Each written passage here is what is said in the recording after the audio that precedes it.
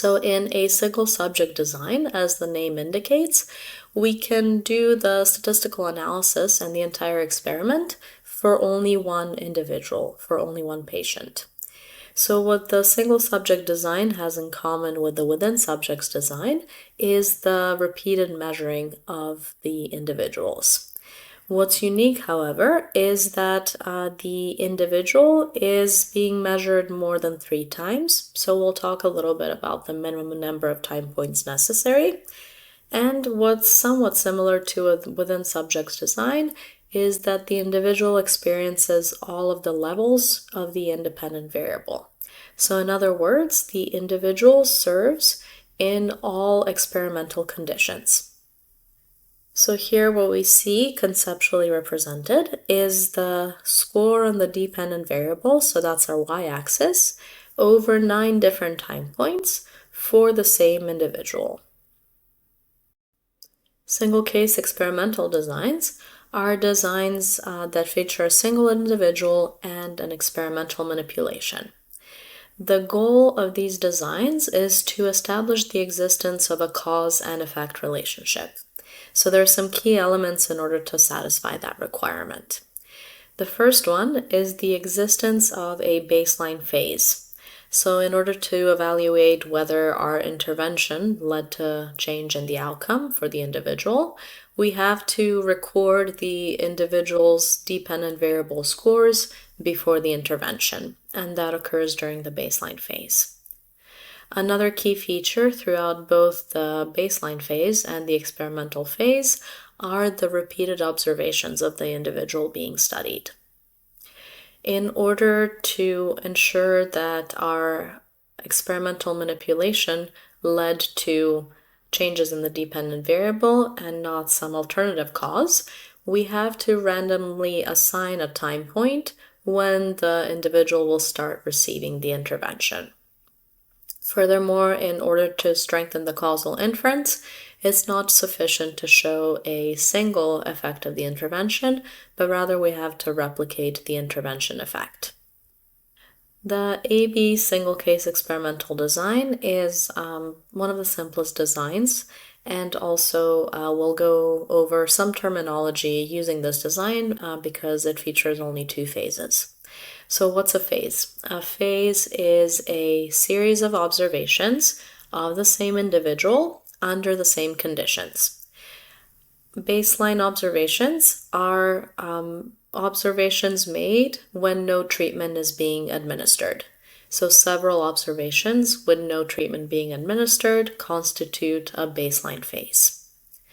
Usually, in single case designs, we refer to this phase as the A phase. We use different letters to denote different phases, but generally baseline is always A. We also have at least one treatment phase in a single case designs. So AB designs are designs that consist of one baseline phase followed by a treatment phase. A treatment phase is simply a series of observations on the dependent variable for the individual being studied that are made while the treatment is being administered. If there are different treatments that this individual is receiving sequentially, then different treatments are represented by different letters. So this nomenclature allows researchers to describe all of the phases in the study by using different letters for each phase. So for example, if we see an ABC design, that would tell us that there was a baseline phase A, followed by treatment B, followed by treatment C. On the other hand, if we see that somebody conducted an ABA design, that would tell us that there was a baseline phase, followed by a treatment phase, followed by another baseline phase during which treatment was removed. Here's a visual example of an AB design. Here on the y-axis, we have the scale of the dependent variable. On the x-axis, we have the time point or the measurement occasion during which the score was obtained, and the black vertical line represents the end of the A phase, the beginning of the B phase. Here, each dot we see on the plot is a dependent variable score for this particular measurement occasion.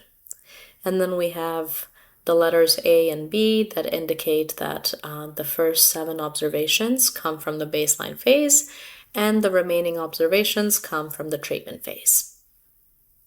Now, we focus on several aspects of our data points in a given phase. One of the aspects we focus on is the level. The level is the average value of the dependent variable scores in a given phase, and consistent level is reflected by a series of measurements that are comparable in magnitude. So if we see our data points clustering around a horizontal line, that would indicate pretty stable level of the dependent variable in a given phase. Trend is another feature of the data. So the trend is the pattern of change of dependent variable scores over time. If we have consistent trend, that would indicate that the differences from one measurement to the next are consistent. So we would see the data points cluster around a linear trend that we could fit to this cloud of data. So visually, data would suggest a consistent slope if that's the case. Here, when we evaluate the level and the trend of the AB phase, there are several research questions that could be of interest to us. So here, the blue line and the green line indicate the trends of the A phase and the B phase, respectively.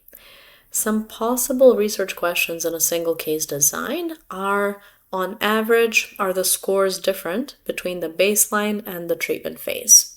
So that's a question of either the average value in each phase, or there are different ways to pose this question, as we'll discuss in a moment. A second question we could be interested in is what's the level of the dependent variable at the start of the study?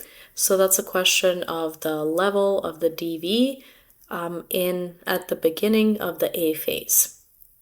Third question of interest could be what is the trend over time before treatment is administered? So in other words, is there a trend for the individual during the baseline phase? The fourth question is, does the treatment lead to a change in level? So in other words, does the introduction of treatment change the level relative to the A phase? And the fifth question is, does the treatment lead to a change in trend?